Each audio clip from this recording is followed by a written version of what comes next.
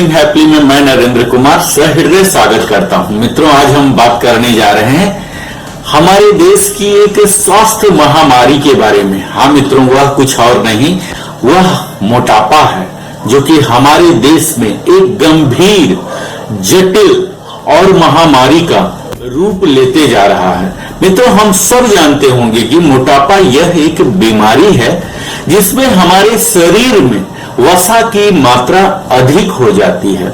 मित्रों, इस लड़ाई में आप अपने आप को अकेला न समझें। मोटापा सिर्फ एक कॉस्मेटिक चिंता नहीं है। इसे यह न माने कि यह सिर्फ दिखने में भद्दा लगता है। यह एक चिकित्सा समस्या है जो कि कई अन्य बीमारियों और स्वास्थ्य समस्याओं जैसे हृदय रोग, मधुमेह, उच्च रक्तचाप और कुछ कैंसर तक के जोखिम को बढ़ा देता है। यह अनुमान लगाया गया है कि अगले 5 वर्षों के भीतर यह संख्या काफी अधिक बढ़ जाने वाली है। मोटापे के कई वर्गीकरण हैं, जैसे इसे हम बोलते हैं सेवियर ओबेसिटी, गंभीर मोटापा, चाइल्डहुड ओबेसिटी, बचपन मोटापा। आज आपको इन सारी मोटापाओं के बारे में, हम वजन को कैसे नापते हैं, इनके क्या जोखिम है, इनके क्या निवारण है, कैसे हम प्रिवेंट कर सकते हैं, इन सभी के बारे में हम आपके साथ जानकारी साझा करने जा रहे हैं। मित्रों, जब किसी मनुष्य अथवा अन्य प्राणी का जन्म होता है तो उसके शरीर का आकार प्रकार एक सीमित मात्रा में होता है, जिसे हम सुंदर कहते हैं क्योंकि वह एक अनुपातिक रूप में होता है। अधिकांश प्राणियों के बच्चे जब जन्म लेते हैं तो उनका शरीर प्रकृति का दिया हुआ एक आदर्श और सुंदर नमूना होता है। कहा जाता है कि यहाँ तक कि गधे के बच्चे भी जन्म के समय बड़े ही सुंदर दिखाई पड़ते हैं, परंतु ये हम हैं जो गधे को एक कुरूप आकृति का मान लेते हैं। लेकिन प्रकृति की ओर से ऐसा कुछ भी नहीं है। मित्रों, जब उनके संबंध में भी बचपन की बात आती है तो वह छोटा गधा भी बड़ा ही सुंदर लगता था। तो इससे यह स्पष्ट होता है कि प्रकृति ने जिस किसी प्राणी को भी इस संसार में सृष्टि किया है, उसे एक सुंदर शरीर देकर ही इस संसार में भेजा है। मनुष्य को तो संसार में सभी प्राणियों में सर्वश्रेष्ठ माना गया है। मित्रों, उनके शरीर के सौंदर्य का तुलनात्मक वर्णन अनेक प्रकार से किया गया है। बच्चे के फूल के समान कोमल और सुंदर माना जाता है। देखने में यह आता है कि प्रकृति का यह सुंदरतम उपहार समय आने पर सबसे निष्कृष्ट और कुरूप प्राणी के रूप में बदल जाता है। हम अपने चारों ओर नजर डालें तो हमें पता लगता है कि प्रकृति का प्रत्येक प्राणी और प्रत्येक वस्तु प्रतिदिन सुंदर से सुंदर स्वरूप धारण करता दिखाई पड़ता है।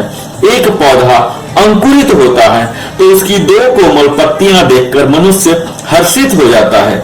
वही पौधा बढ़ता हुआ सुंदर हरी पत्तियों और टहनियों से लद जाता है। समय आने पर उसमें सुंदर फूल खिलते हैं जो सबको अपनी ओर आकृष्ट करते हैं। बहुत सी वनस्पतियां फूल के बाद फल का उपहार देती हैं। इस प्रकार एक पौधा दिनों दिन सुंदर रूप धारण करने के साथ साथ अपनी उपयोगिता का प्रमाण भी उपस्थित करता है। मित्रों, इसी प्रकार अगर हम हर पशु पक्षियों को भी नजर डालें तो वे अपने सुंदर शरीर के विकास के साथ साथ अपनी उपयोगिता भी बढ़ाते जाते हैं। एक छोटी सी गाय के बछड़े को आप देख सकते हैं कि समय आने पर सुंदर गाय का रूप धारण करके हमें अमृत रूपी दुग्ध प्रदान करती है, सहायक होती है कृषि कार्यों में भी अपने बछड़ा को देकर। इसी प्रकार हिंसक पशु भी संसार के वातावरण को विशुद्ध बनाने के लिए उपयोगी सिद्ध होते हैं। इसका मतलब यही है कि संसार की प्रत्येक वस्तु अपनी उपयोगिता का प्रदर्शन करते हुए सौंदर्य का नमूना भी पेश करती है, परंतु उसी संसार का सर्वश्रेष्ठ प्राणी माना जाने वाला यह मनुष्य न जाने किस अभिशाप को जन्म लेकर आता है, जिसके कारण वह धीरे धीरे स्वाभाविक प्राकृतिक सौंदर्य को नष्ट करता हुआ ऐसी स्थिति में पहुंच जाता है जहां उसे स्वयं अपने शरीर से घृणा नफरत तक होने लगती है। प्रकृति की ओर दृष्टि डालें तो अपने जन्म भर से कोई भी प्राणी, कोई भी जीव जंतु नेत्रहीन दिखाई नहीं देगा, परंतु संसार में दिनों दिन नेत्रहीन मनुष्यों की संख्या बढ़ती जा रही है। इसी प्रकार अन्य रोगों अथवा कष्टों के संबंध में भी कहा जाता है। पशु पक्षियों, हिंसक जानवरों तथा नदी, जलाशयों और समुद्रों में रहने वाले जीवों को देखकर हम अनुमान लगा सकते हैं कि किस प्रकार उनका शरीर एक विशेष अनुपात में ढला हुआ है। उन्हें भोजन के लिए किसी प्रकार की कमी नहीं होती। कहीं भी यह देखने में नहीं आता कि वो अपने शरीर के आकार प्रकार के अनुपात से बाहर दिखाई दे रहे हैं। एक कबूतर, कौवा, मैना, तोता, गिद्ध, उल्लू कुछ भी खा लेते हैं, परंतु सदैव उनका शरीर प्रकृति द्वारा दिए गए एक विशेष अनुपात की सीमा में ही रहता है। परंतु हम मनुष्य, जिसे संसार का सर्वश्रेष्ठ प्राणी कहा गया है और जिसके पास मस्तिष्क जैसी अद्भुत शक्ति भी है, उसका शरीर प्रतिदिन नए रोगों का शिकार दिखाई देता है। हम सब जानते हैं मित्रों कि मनुष्य नित्य नए से नए रोग का शिकार हम होते जा रहे हैं। बहुत से रोग अभी हाल की ही उपज है, जिसके संबंध में कुछ वर्ष पूर्व तक कोई भी नहीं जानता था। इसी प्रकार मनुष्य के शरीर का अनुपात से ज्यादा मोटा होना भी एक भयंकर और आधुनिक रोग है। यह रोग ही नहीं, अनेक रोगों को आमंत्रण देने वाला एक ऐसा सिलसिला है जो कभी समाप्त ही नहीं होता। जब यह अपने चरम पर पहुंच जाता है तो हम स्वयं अपने आप से घृणा करने लग जाते हैं। इसका कारण यह है कि उसके शरीर का ढांचा अत्यंत विकृत होने के साथ अनेक रोगों का शिकार हो चुका है, जो धीरे धीरे उसे मौत के मुंह की ओर धकेल देता है। लेकिन इसके लिए कई व्यक्ति या किसी अन्य कारण को दोषी नहीं माना जाना चाहिए। इस स्थिति के लिए हमें अपने स्वयं को उत्तरदायी मानना चाहिए।